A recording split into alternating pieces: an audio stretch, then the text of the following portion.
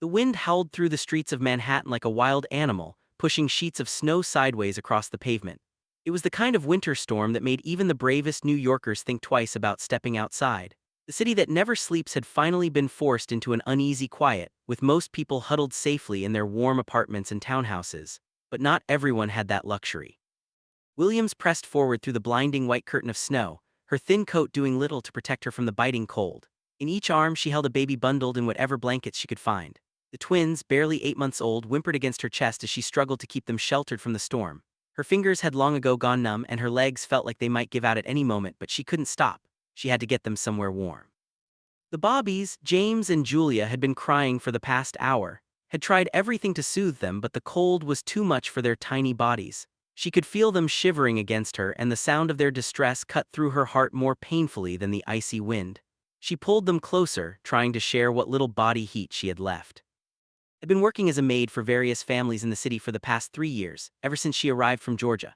Life had not been kind to her. She had left her with nothing but a suitcase and a heart full of hope, believing that New York would offer her opportunities that the small town of her birth never could. But the city had proven to be as harsh as it was beautiful. Jobs were hard to keep, rent was impossible to afford, and now, with 2 Bobbies to care for, she was barely surviving.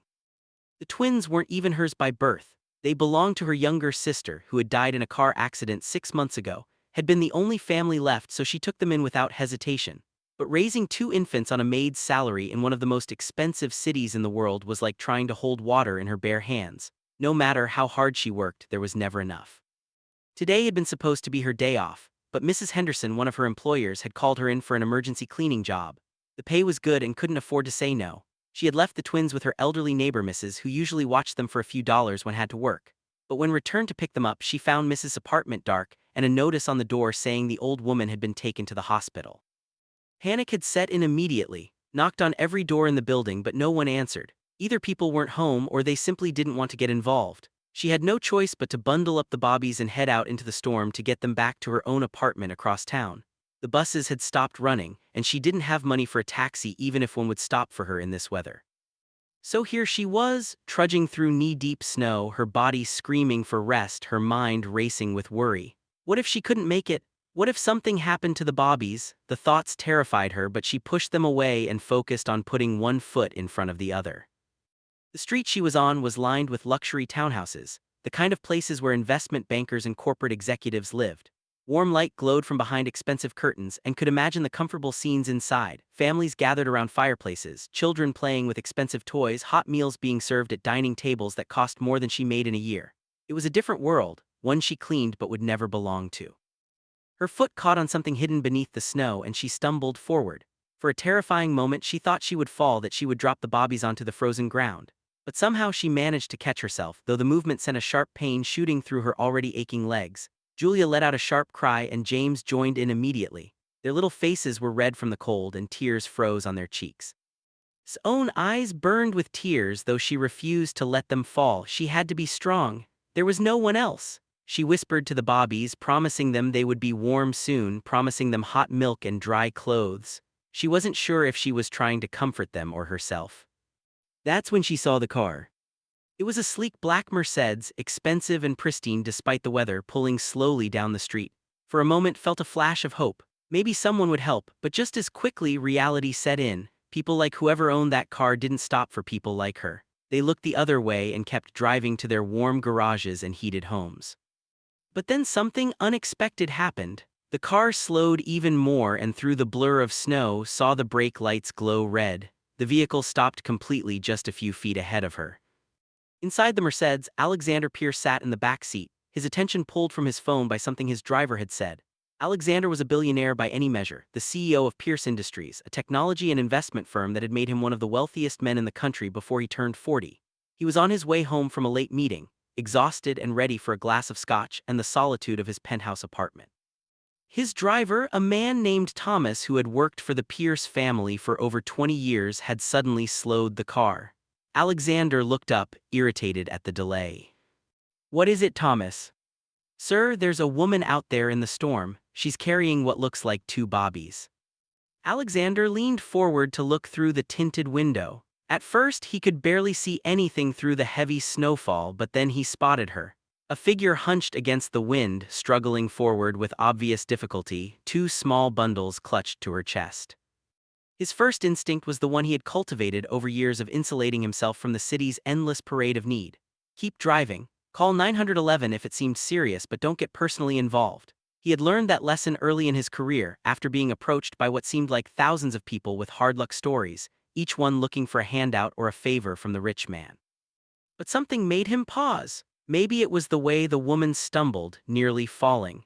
Maybe it was the visible shaking in her thin frame, or maybe it was the distant sound of Bobby's crying that somehow cut through the insulated luxury of his car and reached something in him he thought had long since died. "Pull over," Alexander heard himself say. Thomas immediately guided the car to the side of the street and put it in park.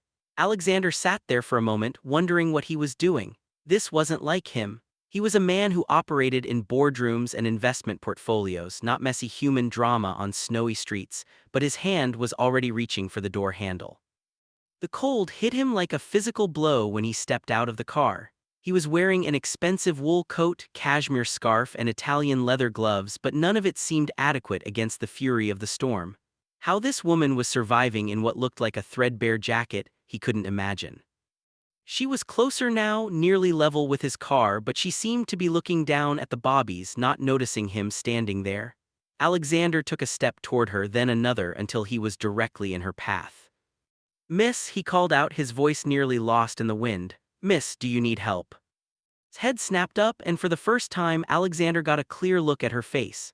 She was younger than he expected, probably in her late 20s, with dark skin that was ashen from the cold and eyes that held a mixture of exhaustion, fear, and desperate hope.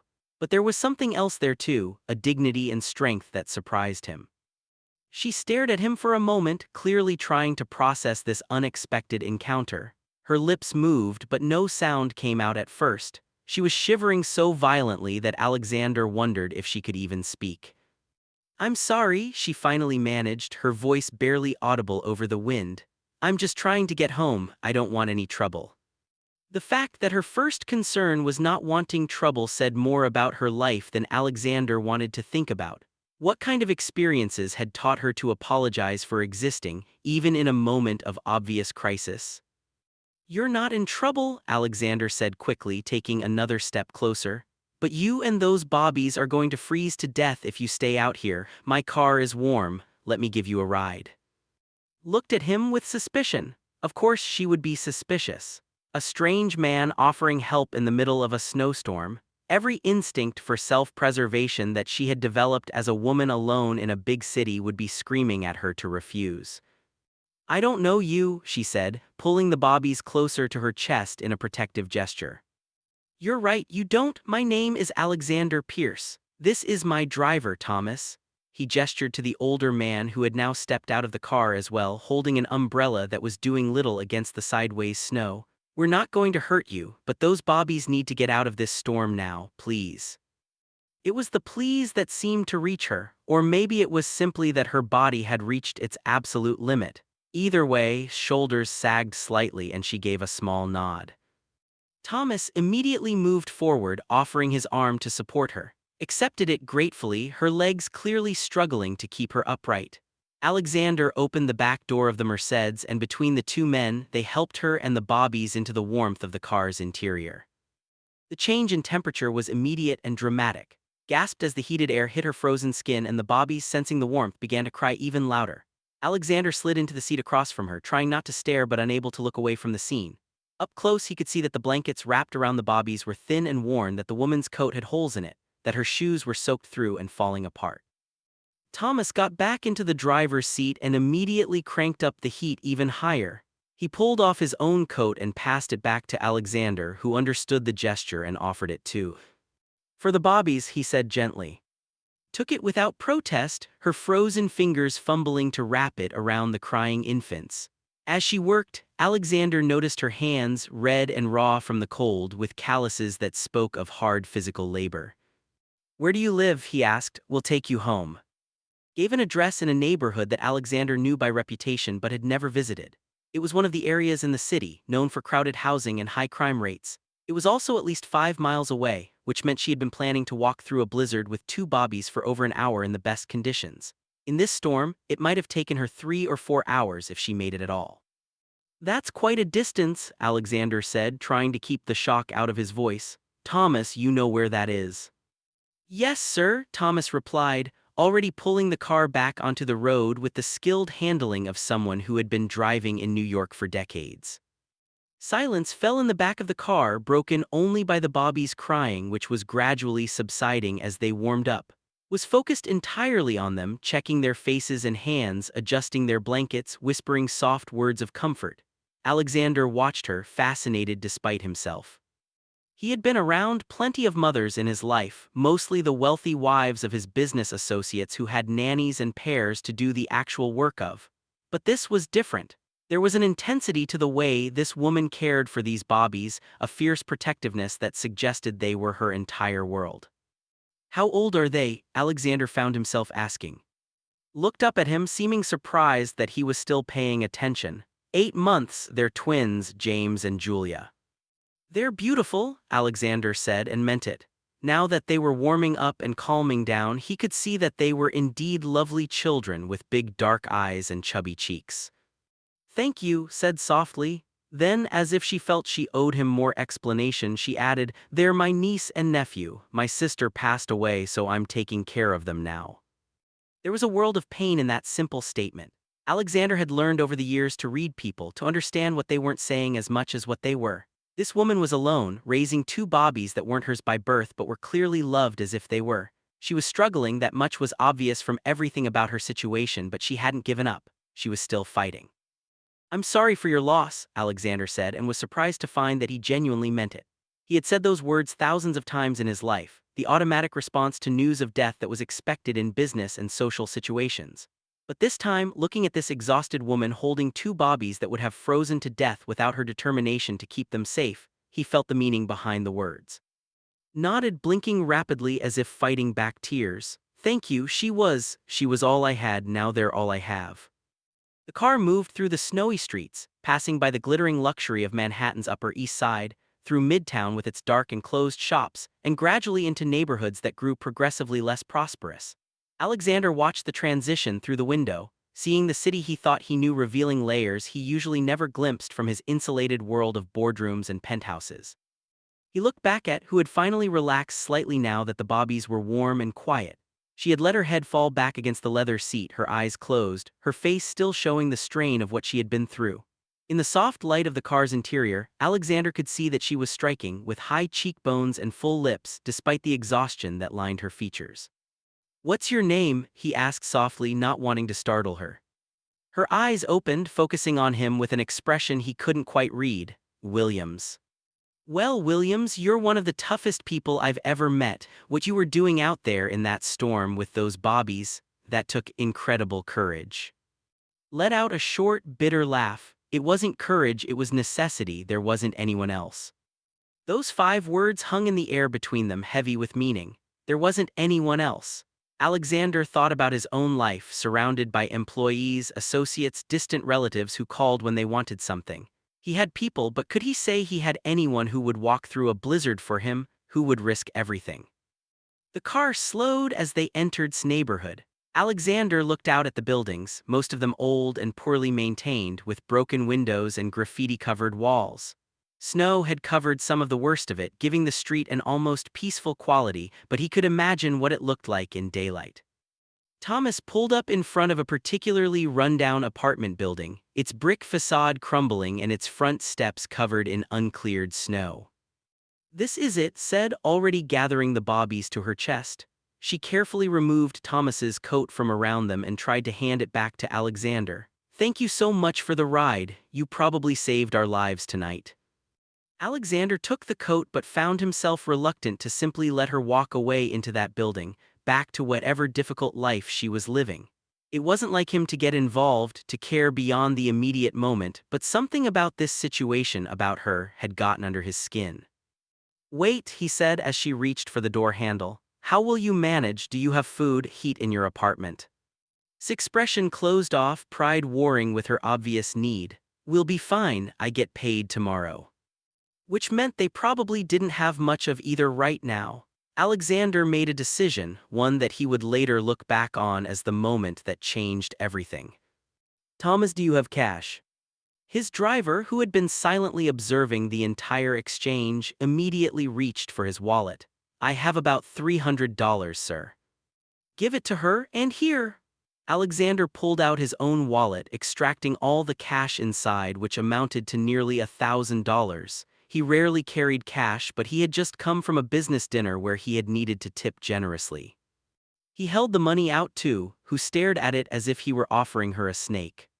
I can't take that, she said firmly. I don't take charity. It's not charity, Alexander said quickly, though he wasn't quite sure what to call it. Think of it as payment for teaching me something important tonight. What could I possibly teach you? Alexander thought for a moment, looking at her tired face, the sleeping bobbies in her arms, the dignity she maintained despite everything she had been through. That there are people in this city, right under my nose, who are fighting battles I can't even imagine. That courage doesn't always look like what I thought it did, that I've been living in a bubble. Studied him for a long moment, her intelligent eyes searching his face as if trying to determine if he was sincere. Finally, slowly, she reached out and took the money. Just this once, she said quietly, and only because the bobbies need it, but this doesn't make me beholden to you. I wouldn't want it to, Alexander assured her. Stood on the snow-covered sidewalk, looking up at the dilapidated building that she called home. The reality of her situation was crashing back over her now that the immediate crisis had passed. She had food for maybe 2 more days if she stretched it. The heat in her apartment was intermittent at best, and the landlord had already warned her that she was behind on rent. The money these strangers had given her would help, would buy her perhaps a few more weeks, but it wasn't a solution. Nothing ever was. Alexander watched her face as these thoughts clearly passed through her mind. He recognized the look, having seen variations of it in business negotiations when someone realized they had no good options. But he also saw something else, that same stubborn strength that had driven her through the storm. He said, surprising himself by using her first name, I know you said you don't want charity and I respect that, but I'd like to offer you something else. She turned to him, suspicion immediately back in her eyes. What kind of something else? A job, a real job with a real salary. The words were coming out before he had fully thought them through, but once he started, it felt right. I need someone to manage my household. My current housekeeper is retiring and I've been putting off finding a replacement. You clearly know how to work hard and you're responsible. The position comes with housing, a small apartment in my building, and benefits including health insurance. Stared at him as if he had started speaking a foreign language. You don't know anything about me. You can't just offer someone a job because you gave them a ride in a snowstorm. You're right, I don't know much about you, but I know you walked through a blizzard with 2 bobbies to keep them safe. I know you're proud enough to almost refuse help even when you desperately needed it. And I know you're willing to do whatever it takes to take care of those children. That tells me more than any resume could. Thomas, still standing nearby, caught Alexander's eye and gave a small nod of approval. The older man had worked for the Pierce family long enough to know that his employer rarely made impulsive decisions, and this was definitely impulsive. But there was something in his expression that suggested he thought it might also be right. Shifted the sleeping bobbies in her arms, her mind clearly racing. I don't understand why you would do this. Neither do I entirely, Alexander admitted with a slight smile. Maybe I'm tired of pretending I don't see what's happening in my own city. Maybe I'm tired of doing nothing. Or maybe I just think you deserve a break and I'm in a position to give you one. Does the reason matter? Yes, said firmly. The reason always matters. What do you want from me? Because men like you don't help women like me without expecting something in return. Her directness was refreshing in a world where everyone usually told Alexander what they thought he wanted to hear. I want a good housekeeper, that's all. The job is legitimate. You'd be working for me, yes, but it would be professional. I can give you references from my current staff if that would help. And the bobbies, what about them? They would live with you in the apartment. There's a in the building that employees can use. If you wanted to go back to school or get additional training, we could work that out too. Pierce Industries has education benefits for all staff. It was too much, too fast, looked overwhelmed, and Alexander realized he needed to slow down. Listen, he said more gently. You don't have to decide right now. Take my card, think about it. Call me in a day or 2 if you're interested and we can discuss details. If you decide you're not interested, that's fine too. The money I gave you has no strings attached either way. He pulled a business card from his wallet and held it out to her. Looked at it for a long moment before taking it, handling it carefully as if it might disappear. "This is real," she asked quietly. "It's real, I promise you it's real." Nodded slowly, tucking the card into her pocket. "I need to get the bobbies inside, they need to be fed and changed." "Of course," Alexander stepped back, giving her space. "Thomas will wait until you're safely inside." She looked like she wanted to say something else but instead just gave a small nod and turned toward the building. Alexander watched as she climbed the treacherous snow-covered steps, moving carefully with her precious cargo. At the door, she turned back once, meeting his eyes across the distance, and then she was gone, disappearing into the dark interior of the building. Alexander stood there for a moment longer, staring at the door, before Thomas's polite cough reminded him that it was freezing and they should go. He got back into the car, and Thomas pulled away from the curb, heading back toward the warmth and luxury of Alexander's world. "That was a kind thing you did, sir," Thomas said after several minutes of silence. "Was it kind or was it selfish?" Alexander replied, surprising himself with his honesty. "I saw someone in trouble and I threw money at it, just like I always do. The job offer makes me feel better about myself, but what if she doesn't call? What if she's too proud or too scared or she simply doesn't believe it's real? Then I've solved nothing." "You saved her life tonight. You saved those Bobby's lives, that counts for something." Alexander leaned back in his seat, watching the city pass by outside. "Maybe, but how many other people were out there struggling tonight while I sat in my warm penthouse? How many Williams are there that I'll never meet, never help?" Thomas didn't have an answer for that, and they drove the rest of the way in thoughtful silence. Meanwhile, had finally reached her apartment on the 4th floor, climbing the stairs because the elevator had been broken for 6 months. Her legs were shaking by the time she reached her door, and it took 3 tries to get her key in the lock because her hands were still numb from the cold.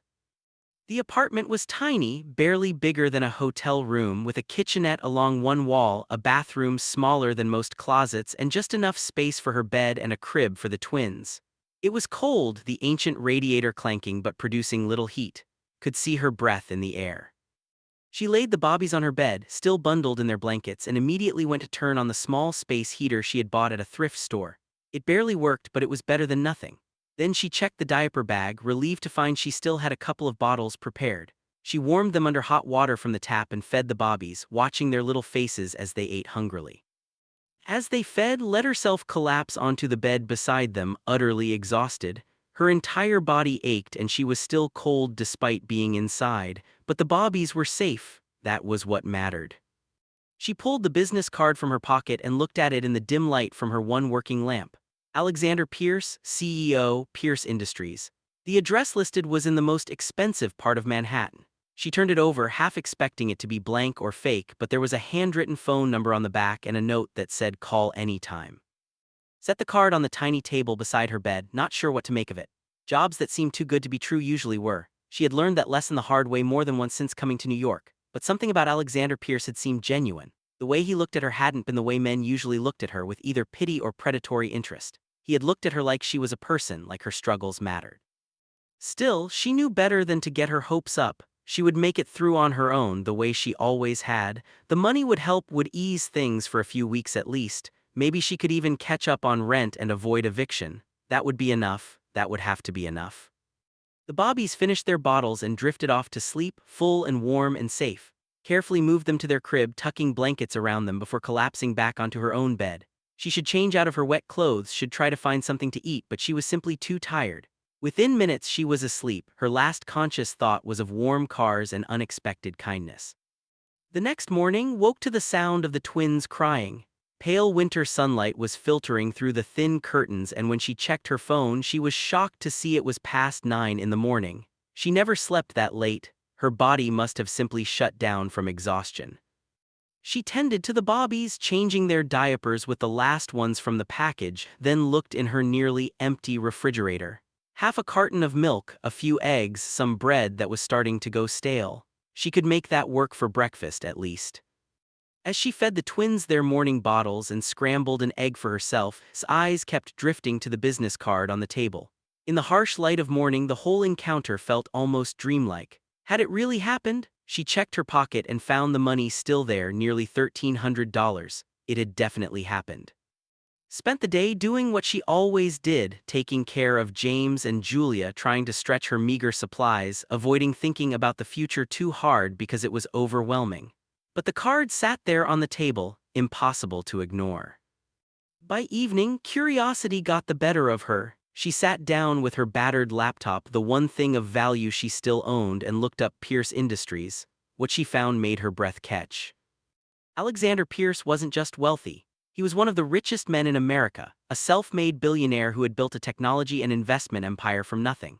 There were articles about his business acumen, his philanthropy, his notoriously private personal life. Pictures showed a handsome man in expensive suits at charity galas and business conferences, always composed, always in control. It was definitely the same man who had stopped for her in the snowstorm, but seeing him in this context made the encounter seem even more surreal. Why would someone like that stop for her? Why would he offer her a job? The more she read, the less sense it made. People at his level didn't interact with people at hers. They lived in completely different worlds. But he had stopped, he had helped, and he had given her his personal number. Closed the laptop and looked at the twins, now playing on a blanket on the floor with the few toys she had managed to scrounge together. They deserved better than this. They deserved warmth and security and a future with possibilities, and if she was being honest with herself, so did she. She picked up the card again, reading the number on the back. Her hands were shaking slightly as she pulled out her phone. What did she have to lose? If it was a scam or a trick, she would figure it out quickly enough. And if it was real, if it was actually the opportunity it seemed to be, then maybe, just maybe, her luck was finally changing. Before she could talk herself out of it, dialed the number. It rang twice before a voice answered. "This is Alexander Pierce." Mouth went dry. She had half expected voicemail or an assistant, not the man himself. "Mr. Pierce, this is Williams. We met last night in the snowstorm." There was a pause and then his voice came back, warmer than before. "I was hoping you would call. How are you? How are the Bobbies?" "We're fine, warm and safe, thanks to you." She took a breath, forcing herself to continue. "I wanted to talk to you about that job offer if it was serious." "It was absolutely serious. Are you interested?" "Maybe I have questions first."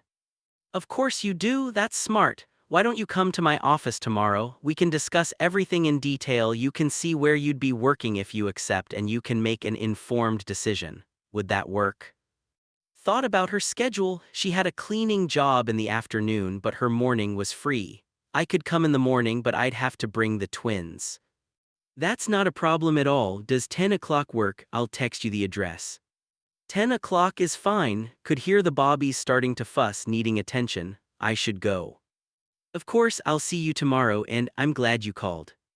The line went dead and sat there holding the phone, her heart racing. She had done it. She had actually done it. Tomorrow she would go to his office, would hear what he had to say, and then she would decide. But for the first time in a very long time, felt something that felt dangerously like hope. The next morning, dressed in her best outfit, which was a simple black dress and cardigan that she usually wore to job interviews. It was clean and pressed, but she knew it looked cheap next to the kind of clothes people in Alexander's world wore. She did her best with her appearance, styling her hair and putting on the small amount of makeup she owned, but there was no disguising what she was. A poor woman, struggling to survive, wearing her poverty like a second skin no matter how much she tried to hide it. The twins were dressed in the best outfits she had for them, hand-me-downs that were still relatively nice. She packed a diaper bag with everything she might need, double-checking that she had enough bottles and diapers to get through the meeting.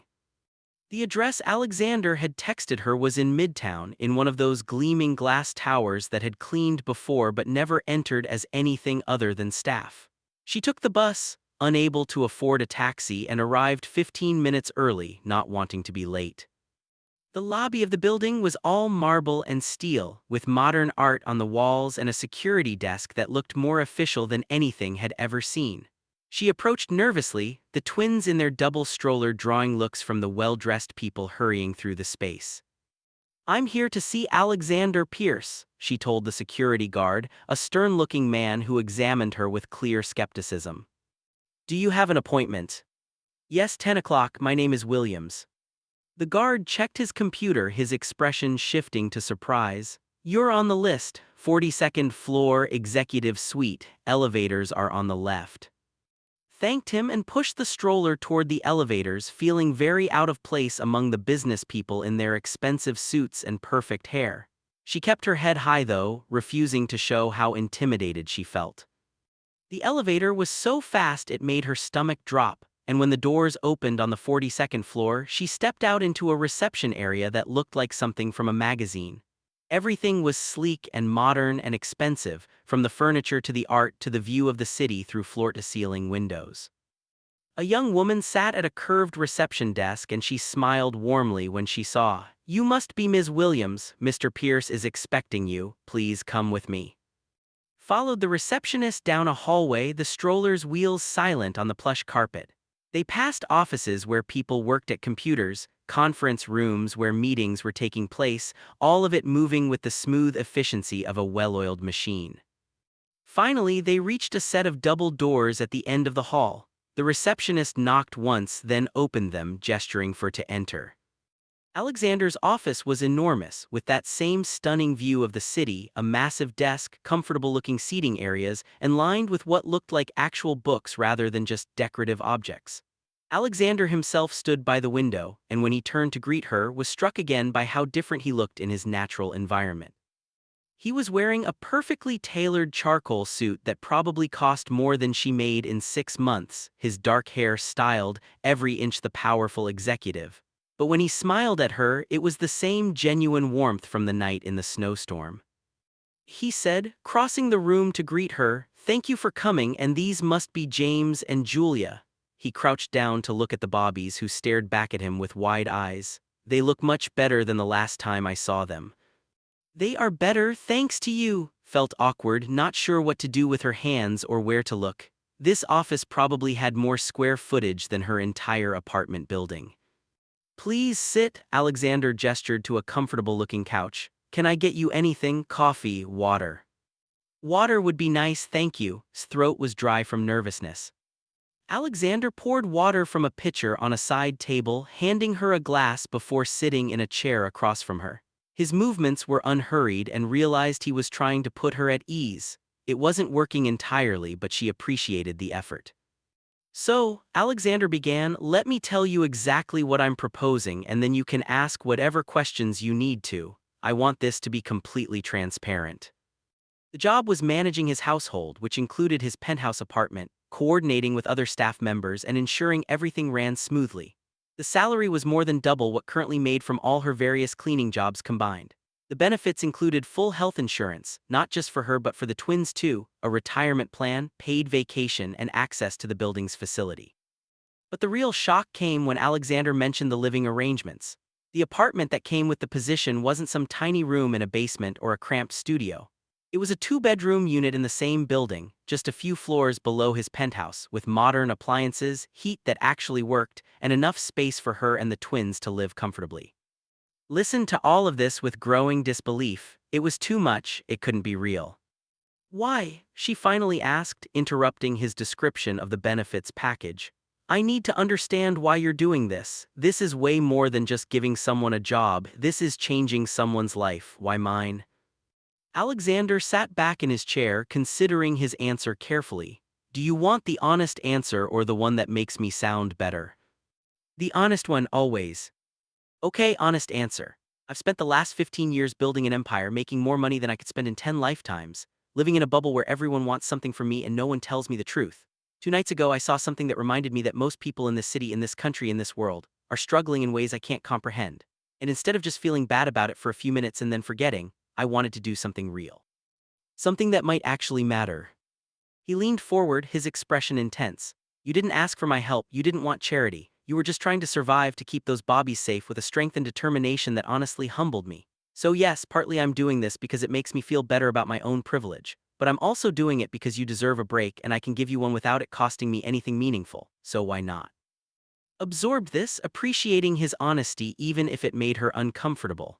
And what happens when you get tired of feeling good about yourself? When the novelty wears off and you realize you've brought a poor black woman and 2 Bobbies into your perfect life, what happens to us then? Alexander didn't flinch at her directness. "That's a fair question and I understand why you're asking it, but I'm not offering you a temporary charity case. This is a real job with a real contract. If you take it, you'll have all the legal protections any employee has, including protection against wrongful termination. And if things don't work out for whatever reason, the contract includes a generous severance package that would give you time to find something else. He pulled a folder from his desk and handed it to her. This is the employment contract. I'm not asking you to sign it today. Take it home, read it carefully. If you want, have a lawyer look at it. I can recommend one if you need. Took the folder, flipping through the pages of dense legal text. I can't afford a lawyer. The lawyer I'm recommending does pro work. I'll cover it if there's any cost. I want you to feel completely comfortable with this decision. It was all so overwhelming, felt tears pricking at her eyes, and she blinked them back furiously. She didn't cry in front of people, she didn't show weakness. But this kindness, this unprecedented generosity from a stranger was breaking through her carefully maintained defenses. I need to think about it, she said, her voice rougher than she intended. This is a lot. Of course, take all the time you need. Alexander stood, but before she could start gathering her things, he added, Would you like to see the apartment? It might help you make your decision. Hesitated, then nodded. Yes, I'd like to see it. Alexander led her out of his office and down to the residential floors of the building. The whole tower was mixed use, learned, with offices on the lower floors and luxury apartments on the upper ones. The building had everything: a gym, a pool, a business center, and the Alexander had mentioned, which they passed on the way to the apartment. Through the glass walls, could see children playing in a bright, cheerful space with what looked like professional caregivers, and every toy and learning tool imaginable. The apartment itself was on the 38th floor. Alexander unlocked the door and stepped back to let enter first. She pushed the stroller inside and then just stood there, stunned. It was beautiful. Hardwood floors, large windows with a view of the city, a modern kitchen with stainless steel appliances, a living room that was bigger than her entire current apartment, and down a hallway, 2 bedrooms and a bathroom that had a tub and shower. Everything was clean and new and perfect. There's no furniture yet, Alexander said, but if you take the position, you can furnish it however you like.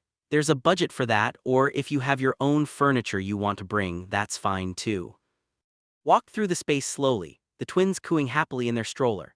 She opened closets and cabinets, tested the faucets, stood at the windows looking out at a view she never dreamed she'd see from her own home. In one of the bedrooms, she imagined setting up cribs for James and Julia, giving them a real nursery instead of sharing her tiny space. In the other bedroom, she imagined having her own bed, her own closet, her own space for the first time in years. The heat works, Alexander said with a slight smile, having followed her on the tour. And the air conditioning. The building has 24-hour security, a doorman, and maintenance that actually responds to requests. Turned to him, and this time she couldn't stop the tears. They rolled down her cheeks as she tried to process what this would mean: to not be cold, to not worry about the landlord kicking her out, to give the twins a safe, warm place to grow up, to have health insurance in case one of them got sick, to have stability, security, a future. I don't know how to accept this, she whispered. I've spent so long just surviving, fighting for every little thing. I don't know how to let someone help me. Alexander moved closer but respectfully kept his distance. Then maybe it's time to learn. You've been strong for so long, you've carried everything on your own, but you don't have to anymore. Let someone share the load for once. Wiped at her tears, embarrassed by the display of emotion. What if I fail? What if I'm not good enough at the job? You walked through a blizzard to keep 2 bobbies safe. You work multiple jobs to provide for children who aren't even yours by birth. You have more work ethic and dedication than most people I've met with impressive resumes. You won't fail. She looked at him, this billionaire who had stopped in a snowstorm, who was offering her a life she never dared dream of. Can I have a couple of days to think about it? Take a week if you need it. The apartment will be here, the job will be here, and if you decide it's not for you, that's okay too. They walked back to his office in silence, his mind spinning with possibilities and fears. Before she left, Alexander gave her his personal cell phone number, not just the business one, and made her promise to call if she needed anything at all, whether or not she decided to take the job. On the bus ride home, held the contract folder like it was made of gold. The twins fell asleep, tired from the outing, and she stared out the window at the city passing by, seeing it differently than she ever had before. That night, after putting the bobbies to bed, sat at her tiny table and read through the contract page by page. She didn't understand all the legal language, but the basics were clear. It was legitimate, it was generous, it was life-changing.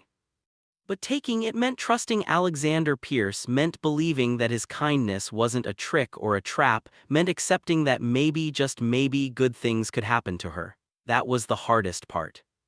Over the next 3 days went about her usual routine, but her mind was never far from the decision she needed to make. She called the lawyer Alexander had recommended, a kind woman named Susan who spent 2 hours on the phone with going through the contract line by line, assuring her that it was fair and legal and nothing to be worried about. She told Mrs. Henderson, her main employer, that she might be leaving for a better opportunity. The older woman, who had always been kind to, encouraged her enthusiastically. "Take it, dear, you deserve something good in your life." She even talked to Mrs., her elderly neighbor who had recovered from her health scare. The old woman squeezed hand and said, "My mother used to say that when angels show up, you don't ask questions, you say thank you." But the person whose opinion mattered most was someone couldn't ask. Her sister, who had died leaving these two beautiful bobbies for to raise. Late at night, sitting in the dark with just the sound of the twins breathing, found herself talking to anyway. "I miss you so much," she whispered into the darkness. "Every day I wish you were here. These bobbies need their mama, not their auntie who has no idea what she's doing. But I'm trying, Dee, I'm trying so hard to give them a good life." She looked at the sleeping twins, their faces peaceful in the dim glow from the streetlight outside.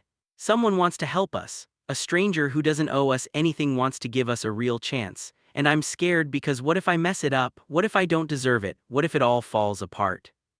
The apartment was silent except for the distant sounds of the city and the broken radiator's irregular clanking. Closed her eyes, and in that moment of stillness she felt something shift inside her. Maybe it was exhaustion. Maybe it was hope. Or maybe it was just the realization that she had been fighting alone for so long that she had forgotten what it felt like to not have to. "Okay," she said softly to her absent sister, to herself, to the universe. "Okay, I'll do it, I'll trust this, I'll take the chance." The next morning called Alexander from her battered phone while the twins played on the floor. He answered on the second ring and she could hear the hope in his voice when he said her name. "I'll take the job," said her heart pounding, "if the offer is still open." There was a moment of silence and then Alexander's voice came back, warm with genuine pleasure. "It's absolutely still open. This is wonderful news. When can you start?" They discussed logistics, had to give notice at her various cleaning jobs, most of which required 2 weeks. She needed to pack up her apartment, which wouldn't take long given how little she owned. Alexander arranged for movers to help her, insisted on paying her last month's rent at her current place so she wouldn't lose her deposit, and set a start date 3 weeks away. "There's one more thing," Alexander said before they hung up. "The apartment needs furniture. I'd like you to have it ready before you move in. Can you meet with an interior designer this week? Everything will be covered and you can choose whatever you want." Who had been shopping at thrift stores and accepting hand-me-downs for years, almost laughed at the absurdity of having an interior designer. But she agreed because apparently this was her life now. The next 3 weeks passed in a blur. Met with the interior designer, a chic woman named Sophie who didn't bat an eye at obvious poverty and treated her with the same respect she probably gave billionaire clients. Together they chose furniture that was comfortable and child-friendly, a mix of modern pieces and warm touches that would make the apartment feel like home. Gave notice at all her jobs, and while most employers were understanding, a few made her feel guilty for leaving. She pushed through it, reminding herself that she owed them nothing beyond the work she had already done. Packing was bittersweet. Most of her possessions fit in a few boxes. She didn't own much worth keeping, just clothes, some books, photos of, and the twins' things. Looking at the apartment she was leaving felt a mix of relief and nostalgia. She had suffered here, frozen and struggled and cried, but she had also survived here. This place had tested her and she had passed. On moving day, professional movers arrived to help, which felt surreal. Held the twins and watched as strangers carefully packed her meager belongings, treating her worn possessions with more care than she could have imagined. The whole process took less than 2 hours. The apartment she was moving into was already furnished, transformed by Sophie's expertise into a warm, welcoming home. There were cribs for the twins in one bedroom, a comfortable bed for in the other, a couch and chairs in the living room, a stocked kitchen with everything she could need. Sophie had even added thoughtful touches like soft blankets, cheerful artwork, and a basket of toys for James and Julia. stood in the middle of her new living room, the twins crawling around exploring their new space and felt overwhelmed all over again. This was hers. This was really hers. There was a knock at the door, and when answered it, she found Alexander standing there with what looked like a gift basket. "Welcome home," he said with a smile. "I thought you might need some essentials to get started." The basket was full of groceries, high-quality basics that would stock her kitchen, but there was also a bottle of champagne which made raise an eyebrow. "To celebrate," Alexander explained, "unless you don't drink." "I drink occasionally, but I can't celebrate alone." "Who says you have to?" Alexander held up two champagne flutes he'd been carrying in his other hand. "If you'll allow me the honor." Hesitated, then stepped back to let him in. It felt strange, too intimate maybe, but also right. This man had changed her life. The least she could do was share a drink with him. They sat on her new couch while the twins played on a soft rug nearby. Alexander opened the champagne with practiced ease and poured them each a glass. He raised his in a toast. "To new beginnings," he said. "To new beginnings," echoed, clinking her glass against his. The champagne was better than anything had ever tasted, crisp and elegant. She took a small sip, savoring it, aware of Alexander watching her with an expression she couldn't quite read. "You start officially on Monday," he said, "but I want you to take the rest of this week to just settle in, get comfortable, explore the building, let the twins adjust. There's no rush." "That's generous of you. I'm learning that's something I need to be more often." Alexander took a sip of his own champagne, looking around the apartment. "Sophie did a great job with the space." "She did. I still can't believe this is mine." Set down her glass, looking directly at him. "I need you to know something, Mr. Pierce." "Alexander, please." "Alexander?" The name felt strange in her mouth, too familiar. "I need you to know that I'm going to work harder for you than I've worked for anyone. I'm going to make sure you never regret giving me this chance. Whatever you need, I'll do it." Alexander's expression became serious. "I appreciate your work ethic, I really do, but I don't want you to feel like you owe me your life. This is a job, yes, but it's also a chance for you to build something for yourself and those kids. Don't burn yourself out trying to prove you're worthy of it, you already are." His words touched something deep in, a place where she had been holding tension for so long she had forgotten it was there. She nodded, not trusting herself to speak without crying again. They finished their champagne while the twins played, the conversation flowing easier than would have expected. Alexander asked about her sister and found herself talking about their childhood in Georgia, about the accident that had taken her sister's life. Alexander listened with genuine interest, asking thoughtful questions, sharing a little about his own family, his parents who had died when he was young, leaving him to build his empire alone. Monday morning arrived with bright winter sunshine that made the snow-covered city sparkle like something from a postcard. Woke up in her new bed in her warm apartment and for a moment thought she was dreaming. But then the twins started babbling in their cribs and reality settled in. This was her life now. She got the bobbies ready and took them down to her heart in her throat. What if they didn't like it there? What if they cried for her all day? But the staff were professionals, warm and welcoming, and they assured that James and Julia would be just fine. Within minutes of being placed in a room full of toys and other bobbies, the twins were happily distracted, barely noticing when slipped away. Alexander's penthouse was on the top floor, and when arrived with the keys he had given her, she took a moment to prepare herself. This was it, her first day. She couldn't mess it up. The penthouse was even more impressive than his office. Floor-to-ceiling windows provided a 360-degree view of the city. The space was open and modern with tasteful furniture and art that suspected cost more than she used to make in a year. There was a state-of-the-art kitchen, multiple bedrooms, bathrooms with fixtures that looked like they belonged in a spa, and a level of luxury that had only seen in magazines. Alexander was already there, dressed for the office in another perfectly tailored suit. He smiled when he saw her, gesturing for her to come in. "Good morning, how was your first night in the new place?" "Better than any night I've had in a long time," admitted. "I actually slept, really slept." "Good, that's what I was hopping for." Alexander gestured around the penthouse. "So let me show you around and explain what I'm looking for." The tour was thorough. Alexander explained his routines, his preferences for how things should be organized, the cleaning schedule he hoped to maintain. He introduced her to the building's other staff members who she would be coordinating with, including Thomas the driver, whom was happy to see again. But what struck most was how respectful Alexander was throughout the process. He didn't talk down to her, didn't treat her like hired help. He asked her opinion on things, listened when she made suggestions, made it clear that she was a professional whose expertise he valued. "I'm not here most days until evening," Alexander explained, "so you'll have the place to yourself. The main things are keeping everything clean and organized, managing any deliveries or maintenance issues, and making sure I have what I need when I am here. If you need to run errands or take care of the twins, that's fine. I trust you to manage your time." Trust, that word again, was discovering that Alexander used it a lot, and he seemed to mean it. He was giving her autonomy and responsibility, treating her like a competent adult rather than someone who needed to be micromanaged. The first few weeks were an adjustment. Had to learn Alexander's preferences, figure out the systems that worked best for managing the large space, coordinate with various service providers. But she took to it naturally, her years of cleaning experience serving her well. The difference was that now she was doing it for one person in one place with proper supplies and equipment, and a salary that let her breathe for the first time in years. The twins thrived in developing faster than had seen before. They were getting proper nutrition, professional, and stimulation from other children. Julia started pulling herself up to stand, and James learned to clap his hands. Every day brought some new development, and found herself actually enjoying parenting instead of just surviving it. She fell into a routine.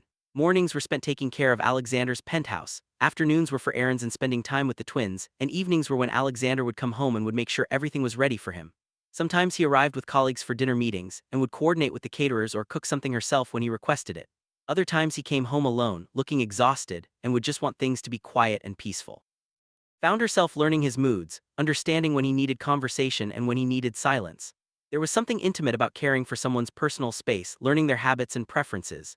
She knew he liked his coffee strong and black, that he read the Wall Street Journal every morning, that he worked too much and didn't sleep enough, that he had a sweet tooth he tried to hide, that he was kinder than he wanted people to know.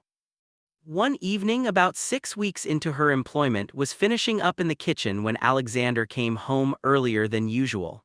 He looked troubled, his usual composed expression replaced with something that looked like stress. "Rough day?" asked, then immediately worried she had overstepped.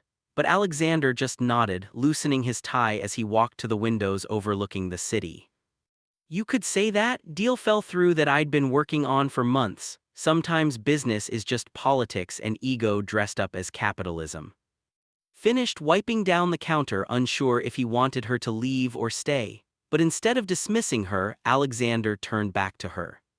"Do you ever miss it?" he asked suddenly. "Miss what?" "Your old life, the simplicity of it maybe. I know it was harder, but it was also more straightforward. Wake up, work, survive, repeat. No complicated decisions or moral ambiguities." Thought about that, about the cold apartment and constant worry, the exhaustion and fear. "No," she said honestly, "I don't miss it. It wasn't simple, it was brutal. Every single day was a battle. This," she gestured around the penthouse, "might come with its own complications, but at least I'm not fighting just to keep my head above water." Alexander nodded slowly. "Sometimes I think about what it would be like to walk away from all of this. The business, the money, the responsibility, just start over somewhere as someone nobody knows." "You'd be bored within a week," said with a slight smile. "You're the kind of person who needs challenges, who needs to be building something. It's who you are." He looked at her with surprise, as if not expecting such insight. "How do you know that?"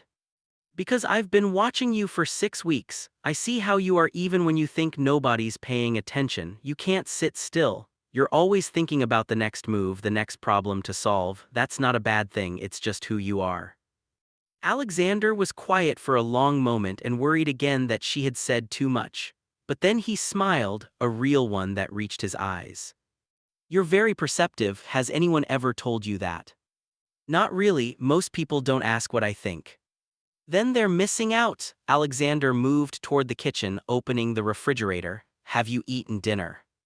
"Not yet. I was going to grab something when I got back to my apartment." "Eat here. I'm ordering Thai food and I always get too much. Consider it a working dinner. We can go over some things for next week." It became a pattern. A couple times a week, Alexander would invite to stay for dinner, sometimes to discuss household matters but often just to talk.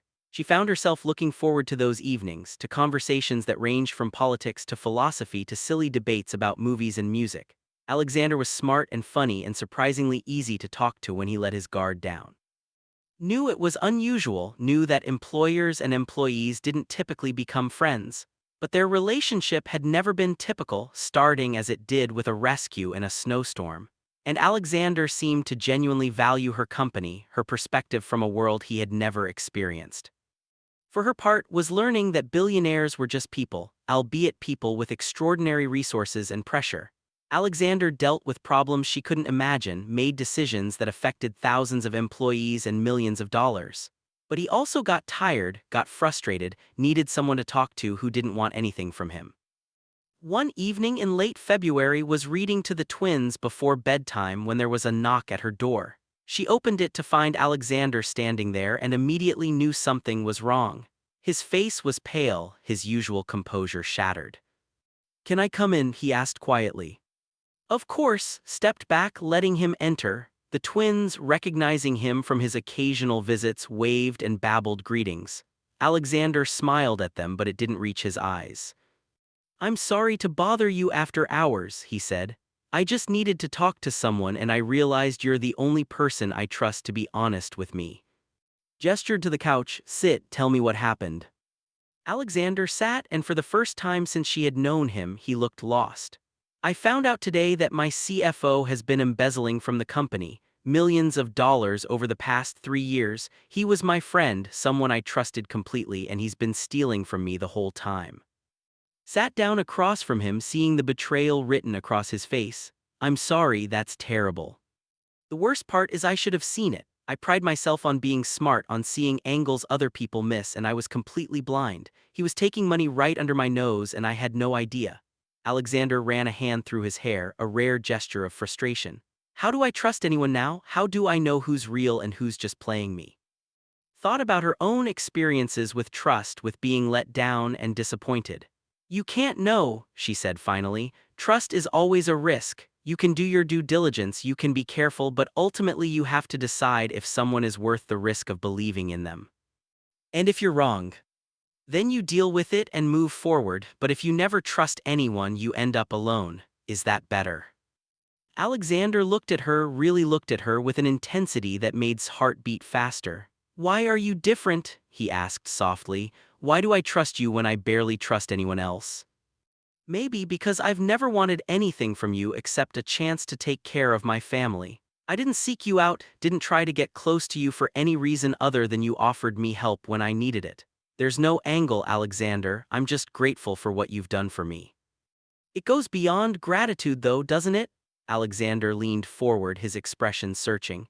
"These past couple months, these conversations we have, I look forward to them. You challenge me, make me think about things differently. You're not impressed by my money or intimidated by my position. You just treat me like a person." His heart was racing now because she recognized what was happening. The boundary between employer and employee was blurring, had been blurring for weeks, and now they were both acknowledging it.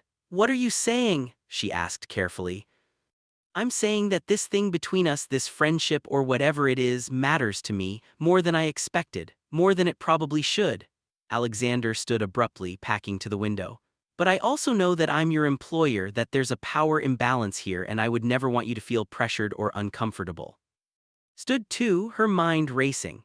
She couldn't deny that she had developed feelings for Alexander over these past weeks, had looked forward to seeing him, had found herself thinking about him at odd moments.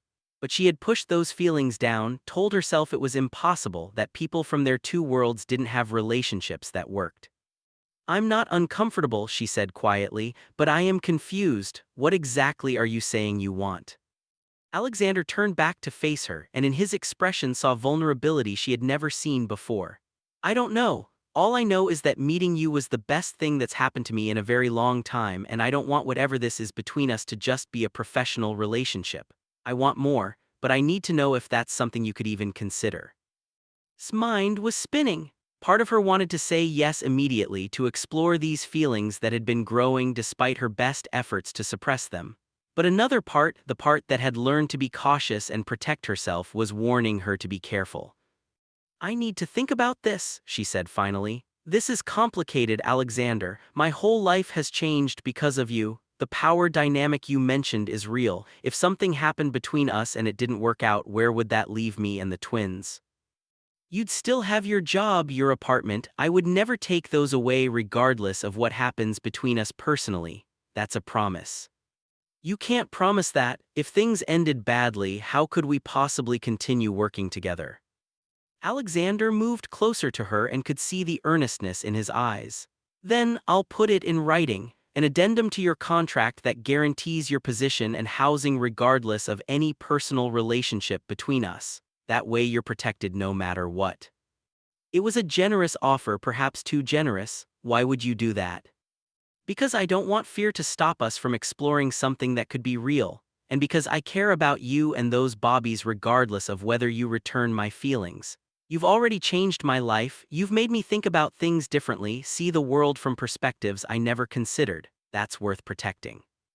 Looked at him, this billionaire standing in her apartment, offering her not just security but the freedom to make a choice without fear. It was the most remarkable gift anyone had ever offered her. I need time, she said, to process this, to think about what it would mean.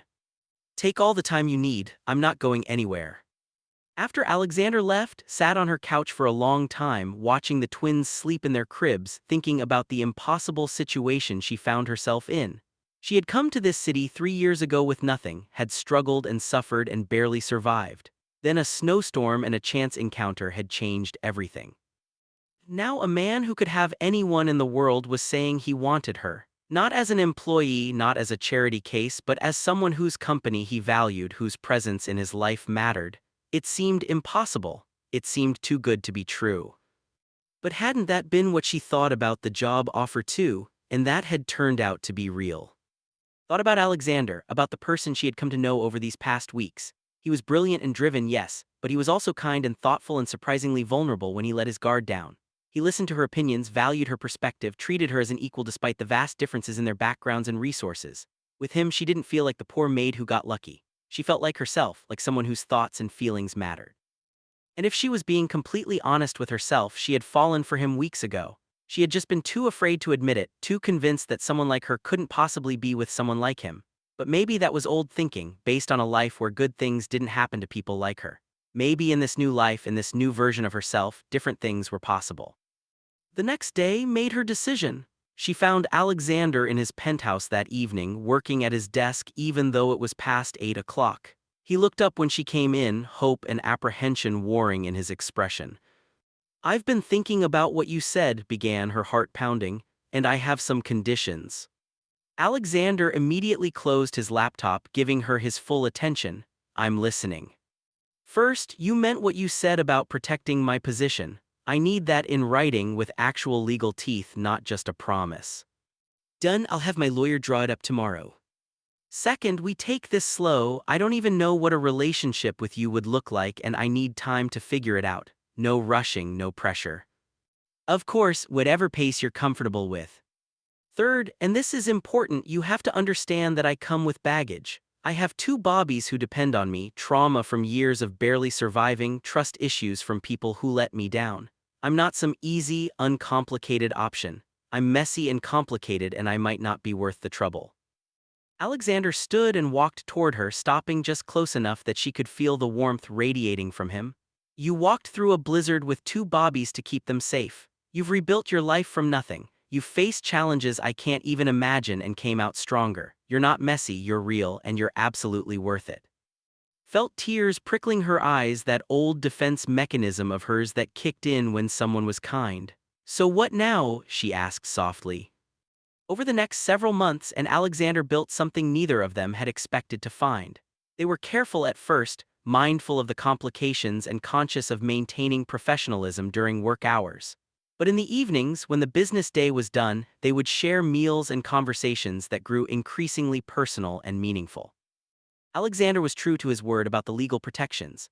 Within a week, had a contract amendment guaranteeing her position, apartment, and a generous severance package regardless of the status of any personal relationship between them. She had it reviewed by 2 different lawyers, both of whom confirmed it was ironclad and incredibly generous. With that security in place, felt free to explore her feelings without the fear that had been holding her back. She learned things about Alexander that surprised her. Despite his wealth and power, he was lonely in ways that money couldn't fix. He had business associates and social acquaintances but few real friends, people he could trust with his genuine thoughts and feelings. His childhood, raised by nannies after his parents died, had taught him to be self-reliant to the point of isolation. He didn't know how to let people in, how to be vulnerable, how to ask for help. Understood that better than he might have expected. Her own struggles had taught her similar lessons about self-reliance. The difference was that she had learned it from poverty while he had learned it from privilege, but the end result was the same. They were both people who had learned to stand alone, and now they were tentatively learning how to stand together. Alexander, for his part, was fascinated by his resilience and perspective. She had lived experiences he could never fully understand, had faced challenges that put his business struggles in stark perspective. She was smart and funny and brutally honest, calling him out when he was being ridiculous, supporting him when he needed it, and never once treating him like he was better than anyone else because of his bank account. He fell in love with the way she was with the twins, the fierce protective love she had for children who weren't hers by birth but were completely hers by choice. He loved her strength, the way she had survived things that would have broken lesser people. He loved her laugh, rare and genuine when he managed to earn it. He loved the way she challenged him to think differently, to see beyond his insulated bubble and engage with the real world. By early summer, they had fallen into a comfortable rhythm. Still maintained Alexander's penthouse, but the lines between her professional and personal roles had blurred in ways that felt natural rather than awkward. She would prepare dinner and they would eat together, talking about their days. On weekends, Alexander would often join in the twins for outings to the park or children's museums, delighting in watching James and Julia discover the world. The twins had grown attached to Alexander, calling him, in their babbling way, reaching for him when he came through the door. He was infinitely patient with them, getting down on the floor to play, reading them stories, making funny faces that sent them into fits of giggles. Watched him with them and saw a side of Alexander that probably few people knew existed, a tenderness and playfulness that his business persona never revealed. It was during one of those weekend outings, watching Alexander push Julia on a swing while James clutched his hand and giggled at his sister, that realized she loved him. Not the gratitude-tinged affection she had felt in the beginning, but genuine, deep love. He had become essential to her life, to her happiness, in ways that had nothing to do with his money or what he could provide. She loved him for who he was, for how he treated her and the twins, for the man he was trying to become. That night, after the twins were asleep and Alexander sat on his penthouse terrace looking out at the city lights. It was a warm June evening, the kind of night that made New York feel magical despite its harsh edges. "I love you," said suddenly, the words coming out before she had planned them. "I need you to know that, not because of any of this," she gestured at the penthouse, the luxury surrounding them, "but because of who you are, because you see me, the real me, and you value that, because you're kind and patient and you've become family to me and the twins." Alexander turned to her, his expression showing surprise and joy and something that looked like relief. "I've wanted to say those words to you for weeks," he admitted. "But I was afraid you would think it was too soon, or that I was taking advantage, or that you couldn't possibly feel the same way." "Why would I not feel the same way? You're brilliant and kind and you make me laugh. You've given me and the twins a life I never dreamed possible. But more than that, you've given me respect and partnership and love. How could I not fall for you?"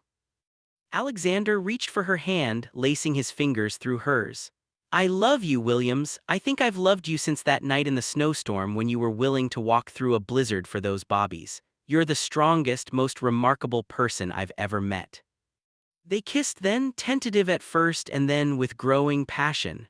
It felt right, felt like something they had been building toward for months. When they finally pulled apart, both breathless, smiled. "So what now?" she asked, echoing the question from months ago. "Now we keep building this thing together. No rush, no pressure, just us figuring out what our life looks like." Their relationship deepened over the following months, becoming something solid and real. They faced challenges, of course. There were moments when old insecurities flared up, when she convinced herself that she wasn't good enough for him, that eventually he would realize he could do better. There were times when Alexander's tendency to try to fix everything with money frustrated her, when she had to remind him that she needed a partner, not a benefactor. But they worked through those moments, learning to communicate, to trust, to lean on each other. Alexander became more involved in the twins' lives, not trying to replace their mother but becoming a stable, loving presence. He attended their first birthday party, went to their doctor's appointments, was there for the small daily moments that made up a life. Meanwhile, started to believe that she deserved this happiness. She stopped waiting for the other shoe to drop, stopped anticipating disaster. With Alexander's encouragement, she enrolled in online business courses, thinking about maybe one day starting something of her own. He supported her ambitions, celebrated her successes, encouraged her to dream bigger than just survival. The turning point came one evening in early December, almost exactly a year after the snowstorm that had brought them together. Was putting the twins to bed when Alexander appeared in the doorway of their bedroom, looking nervous in a way she had rarely seen. "Can we talk?" he asked, "after they're asleep?" His heart jumped. That kind of request usually meant something important. She nodded, tucking the twins in with extra care, reading them one more story than usual because she was suddenly apprehensive about what Alexander might want to discuss. When she finally joined him in the living room of her apartment, he was packing by the window, his hands in his pockets, clearly working up to something. Sat on the couch and waited, giving him the space to find his words. Finally, Alexander stopped packing and turned to face her. "I've been thinking about the future," he began, "about what I want my life to look like, about what matters to me, and everything I want involves you and James and Julia." His heart was racing, but she stayed quiet, letting him continue. "A year ago, I was going through the motions of life. I was successful by every external measure, but I was empty inside. I had no real connection to anyone or anything beyond my company. Then a snowstorm happened and I met you and everything changed." He moved closer to her, dropping to one knee, and realized what was happening. Her breath caught as he pulled a small box from his pocket. "Williams, you've made me a better person. You've taught me about strength and resilience and what really matters in life. You've given me a family, a real family, something I haven't had since my parents died. I love you more than I knew it was possible to love someone, and I want to spend the rest of my life showing you that every single day." He opened the box, revealing a stunning diamond ring that caught the light and sparkled brilliantly. "Will you marry me?" Felt tears streaming down her face, but for once they were purely happy tears. A year ago she had been trudging through a snowstorm, freezing and desperate, just trying to survive another day. Now a man she loved was asking her to be his wife, offering her not just security but partnership, not just survival but a future full of possibilities. "Yes," she said, her voice breaking with emotion. "Yes, I'll marry you." Alexander slipped the ring onto her finger, and then he was pulling her into his arms, holding her tight, both of them crying and laughing at the same time. When they finally pulled apart, Alexander cupped her face in his hands. "I promise you," he said seriously, "that I will spend every day for the rest of my life making sure you never regret taking a chance on me." "You took a chance on me first," reminded him. "That night in the snowstorm you could have kept driving, most people would have." "Best decision I ever made," Alexander said firmly. "Stopping that car changed my life." They told the twins in the morning, though at not quite 2 years old, James and Julia didn't fully understand what marriage meant. But they understood that was going to be even more a part of their family, and that was enough to make them clap their hands and cheer. The engagement brought new challenges. Alexander's world had already been aware of its existence, but as his housekeeper and later his girlfriend, she had remained relatively private. As his, that privacy evaporated. Suddenly there was media interest, society pages wanting to cover the unlikely romance between the billionaire and the former maid. Some of the coverage was positive, painting their relationship as a modern fairy tale, but there was also criticism and speculation. Some people questioned motives, suggesting she was a gold digger who had manipulated Alexander. Others criticized Alexander, implying he was having some kind of crisis and would eventually come to his senses. The comments hurt but had learned how to be strong, and Alexander made it clear both publicly and privately that he didn't care what anyone else thought. He loved her, and that was all that mattered. They were married in a small ceremony 6 months later with only close friends and family in attendance.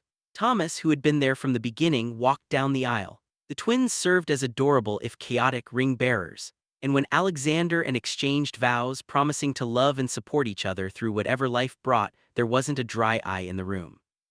The years that followed brought more changes. Alexander gradually stepped back from the day-to-day operations of his company, appointing trusted executives to run things so he could spend more time with his family. Completed her business degree and started a nonprofit organization focused on helping single parents in poverty access resources and opportunities. Alexander's money funded it, but it was vision and passion that made it successful. James and Julia grew up in a world of privilege, but with an understanding of struggle that their adoptive father and Aunt Turnmother made sure they never forgot. On the anniversary of the snowstorm that changed everything, the family would volunteer at homeless shelters and food banks, a tradition that had insisted on. She never wanted any of them to forget what it felt like to need help, to be invisible, to struggle. 5 years after that fateful night stood on the terrace of the penthouse, watching the first snowfall of winter. Alexander came up behind her, wrapping his arms around her waist, and together they watched the snow fall over the city. "Do you ever think about that night?" Alexander asked, "about what would have happened if I hadn't stopped?" Leaned back against him, thinking about the question. "Sometimes, I probably would have made it home barely, and life would have continued the way it was, day by day, struggle by struggle, just surviving. I'm glad I stopped." "So am I," turned in his arms to face him. "You saved my life that night, but I think maybe I saved yours too. We saved each other." Alexander kissed her forehead, holding her close. "Best snowstorm I ever drove through." Inside the apartment, they could hear the twins, now 7 years old, arguing over a toy while their younger sibling, 3-year-old Emma, cried for attention. It was chaos and noise and mess and everything used to think she couldn't have. A real family, a real home, a real life. Had learned that miracles could happen on the worst nights, that angels sometimes drove Mercedes through snowstorms, that the end of one life could be the beginning of another. She had learned that strength meant asking for help when you needed it, that pride was sometimes just fear in disguise, that love could come from the most unexpected places. Most importantly, she had learned that she was worthy of good things, not because of what she had overcome, but simply because she existed, because she was human, because everyone deserved a chance at happiness. As snow continued to fall outside, covering the city in white, thought about the woman she had been a year ago. That woman had been strong and brave and determined, but she had also been alone and afraid and convinced that life would always be a battle. She wanted to tell that woman that better days were coming, that help would arrive in the form of a stranger who would become family, that holding on just a little longer would be worth it. But maybe that woman already knew on some level. Maybe that was why she had kept fighting, kept pushing forward through the storm, because somewhere deep down, beneath all the exhaustion and fear, there had been hope. A small, stubborn spark that refused to go out no matter how hard the wind blew or how cold it got.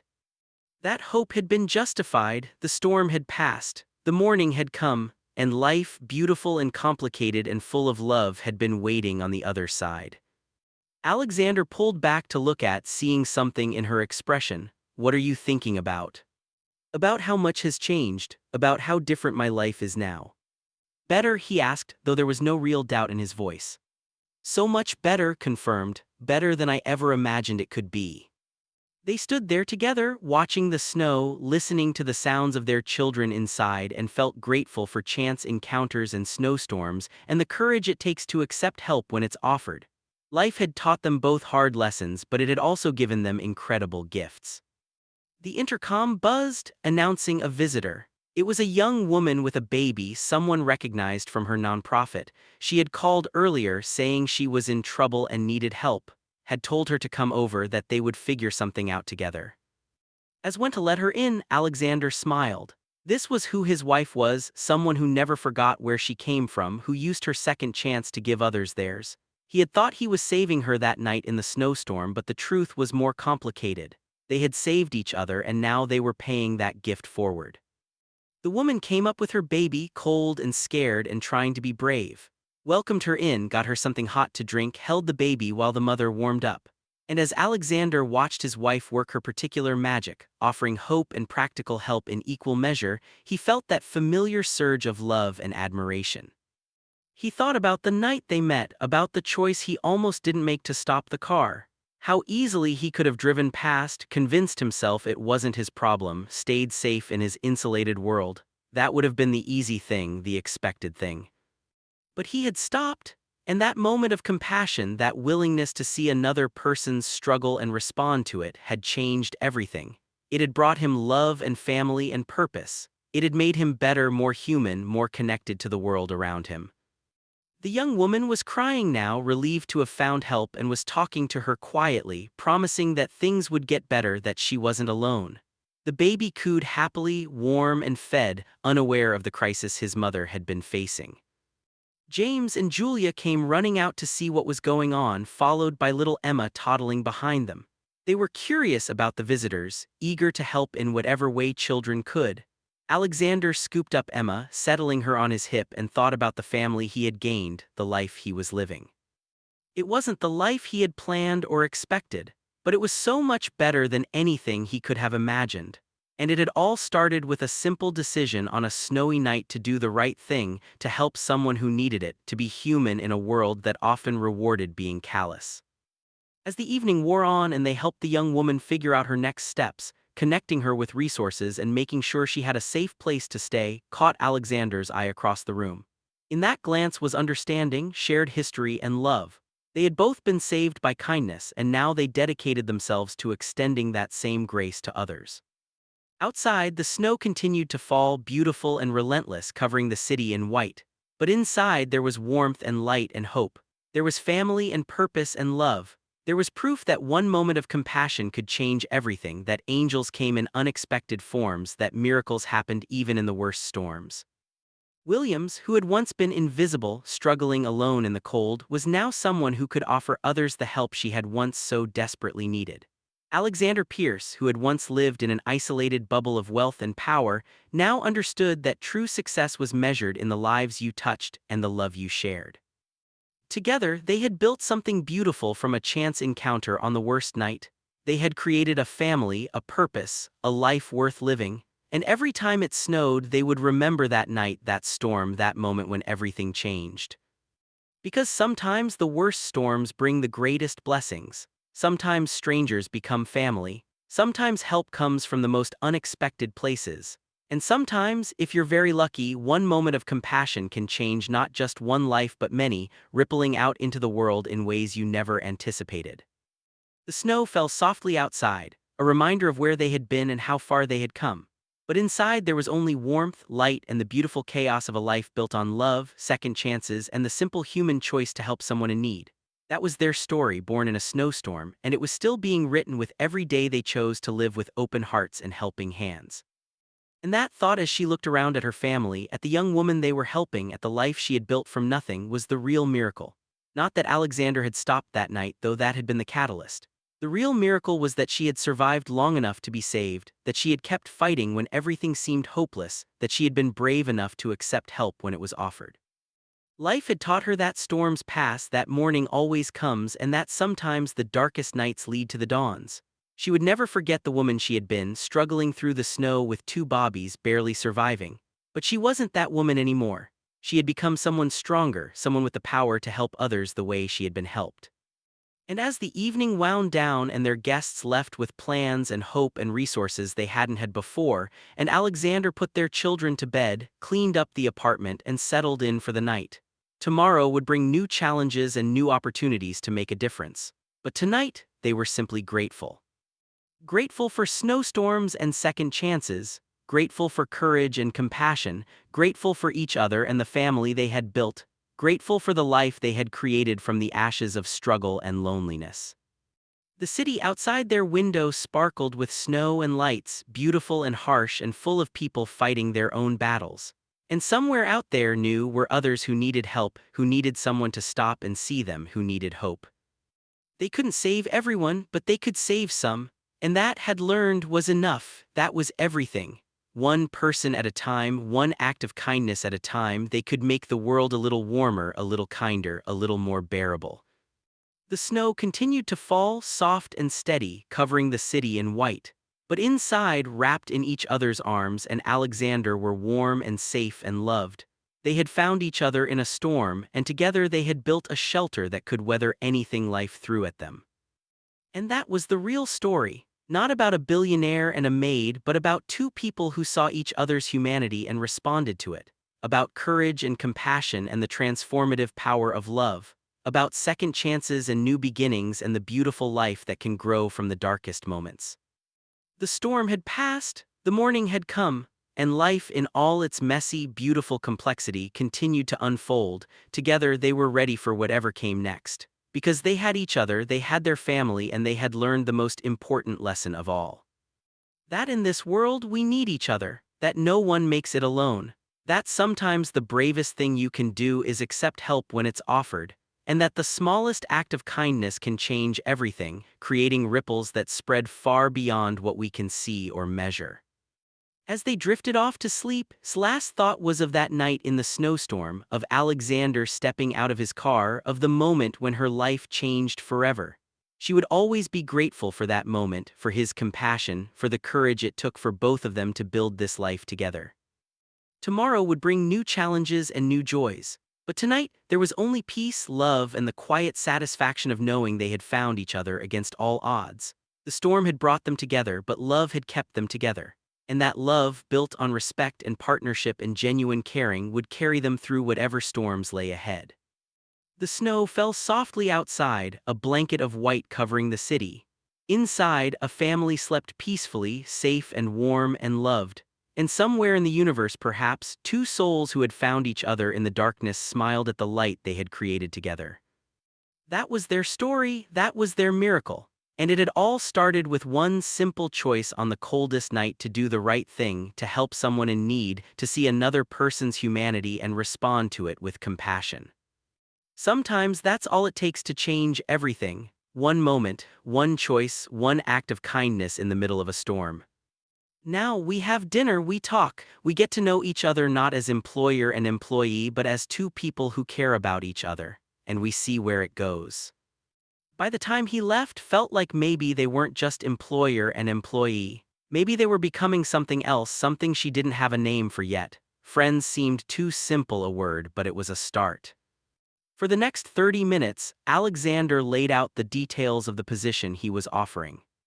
Thomas had come around to open her door, and he helped her out of the car with the same respectful care he had shown getting her in.